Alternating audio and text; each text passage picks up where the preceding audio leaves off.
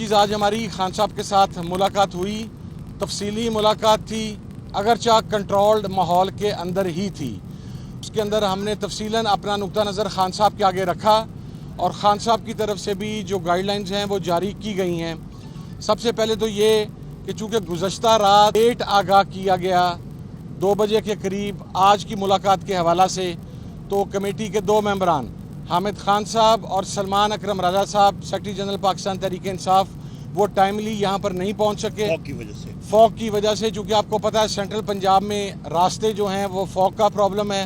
تو وہ لیٹ ہوئے، اگرچہ وہ ٹریول کر رہے ہیں، they are almost near to Islamabad ji. دوسری چیز یہ کہ دیکھیں ہم اس بات کے اوپر بہت کلیئر ہیں اور یہ خان صاحب نے آج دوبارہ یہ بات کہی کہ 9 مئی اور 26 نومبر کا میسیکر، ہمارا نقطہ نظر یہ ہے کہ آپ لوگ رسپانسیبل ہیں،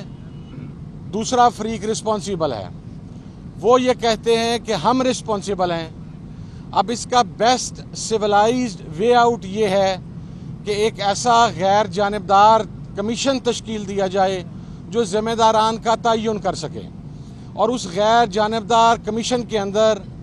آج یہ بات بھی ہم آپ کو کلیئر کر دیں کہ ہم اپنی مرضی کا جج نہیں چاہ رہے، ہم سپریم کورٹ کے سینئر موسٹ ججز کی بات کر رہے ہیں،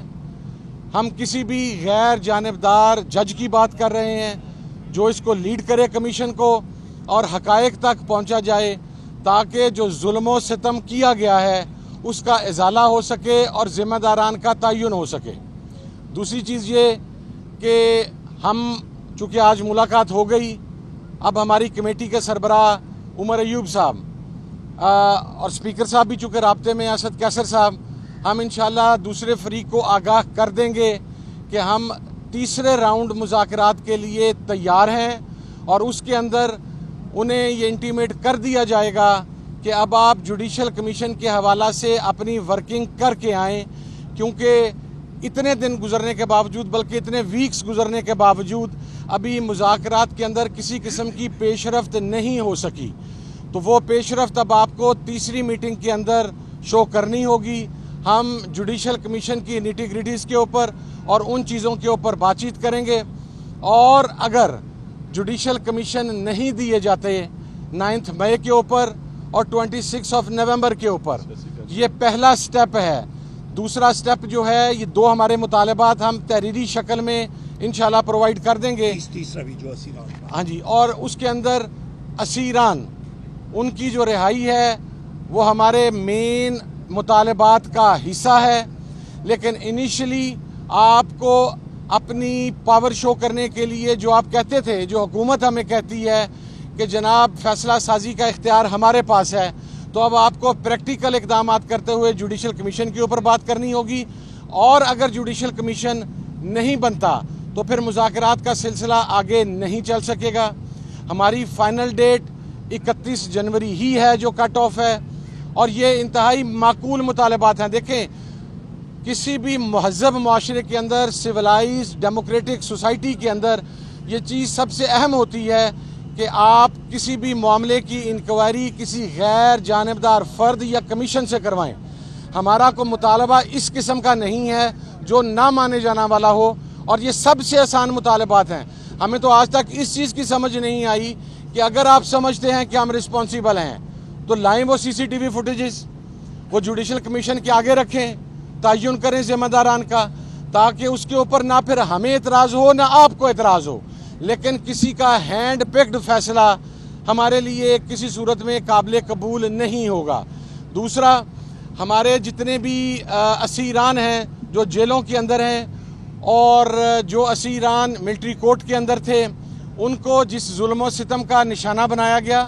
ان کو جس ٹارچر کا نشانہ بنایا گیا، اس کے اوپر بھی خان صاحب نے واضح ہدایات جاری کر دی ہیں۔ ہم ہیومن رائٹس کے اندر اس معاملے کو انشاءاللہ اٹھا رہے ہیں، یہ معاملہ ہیومن رائٹس کا ہے۔ اور دیکھیں سب سے آخری بات میں آپ کو عرض کر دوں کہ اب جو بال ہے اس مذاکرات کو منطقی انجام تک پہنچانے کی، وہ حکومت کی کورٹ میں ہے۔ ہم جتنی فلیکسیبلٹی دکھا سکتے تھے ہم نے وہ فلیکسیبلٹی دکھا دی۔ ہمارے پاس آج ایک بہت آسان آپشن تھا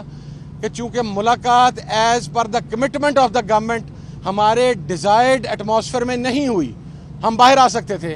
لیکن ہم نے اس کے باوجود اس کنٹرولڈ ماحول میں ملاقات کی، صرف اس وجہ سے کہ ہمارے مد نظر پاکستان ہے، ہمارے مد نظر پاکستان کی عوام ہے، اور جو جیل میں بیٹھا ہوا قیدی نمبر 804 ہے، اس کے مد نظر 25 کروڑ پاکستانی ہیں۔ وہ پاکستان کی بقا کے لیے، پاکستان کی استحکام کے لیے اس بات یہاں تک گئے ہیں، انہوں نے اتنی لینینس دکھائی ہے۔ آئی گیس کہ دس از دا ٹائم ناؤ کہ اگر آپ نے مذاکرات کو منطقی انجام تک پہنچانا ہے تو اس کے اوپر اب اپنی عملی جو آپ کی فیصلہ سازی کا اختیار ہے اس کو شو کریں، کمیشن بنائیں تاکہ ہم آگے بڑھ سکیں۔ نائب جج صاحب یہ بتائیے گا، عمران خان نے 31 جنوری کی ڈیڈ لائن دی ہے، اگر کوئی پیش رفت ہوتی ہے جو آپ کے 2 مطالبات ہیں ان پر اگر حکومت یا آپ کا کنسنسس بنتا ہے تو کیا یہ ڈیڈ لائن جو ہے اس میں بھی توسیع ہوگی؟ نہیں جی، اس کا اختیار صرف خان صاحب کے پاس ہے، اس میں ہم کسی قسم کی توسیع کرنے کا اختیار نہیں رکھتے۔ آج بھی ان سے بات ہوئی ہے، اگر کوئی پیش رفت ہوگی اور وہ پیش رفت خان صاحب تک پہنچے گی تو پھر خان صاحب فیصلہ کریں گے۔ ایز اف ناؤ 31 جنوری ہی لاسٹ ڈیٹ ہے جی۔ خان صاحب نے صرف اپنے کارکنان اور اپنے قید ورکرز کی بات کی ہے۔ ہم نے آج بھی یہ بات عمر ایوب صاحب نے، راجہ ناصر عباس صاحب نے، اسد کیسر صاحب نے ہم نے کہی ہے، خان صاحب نے اپنی رہائی کی کوئی بات نہیں کی۔ خان صاحب کی رہائی کی بات مذاکراتی کمیٹی کی طرف سے ہے، پاکستان تحریک انصاف کی قیادت کی طرف سے ہے، پاک کے اتحادیوں کی طرف سے ہے، اور عمران خان کے تمام چاہنے والے اور عمران خان کے ورکرز کی طرف سے ہے۔ تو یہ ہماری ڈیمانڈ ہے، اور اس میں بھی ایک بات کلیئر کر دیں، کوئی ایگزیکٹو آرڈر نہیں، کوئی NRO نہیں، کوئی چیز نہیں۔ ہم کلیئر ہیں کہ عمران خان صاحب اپنے تمام مقدمات کو فیس کر کے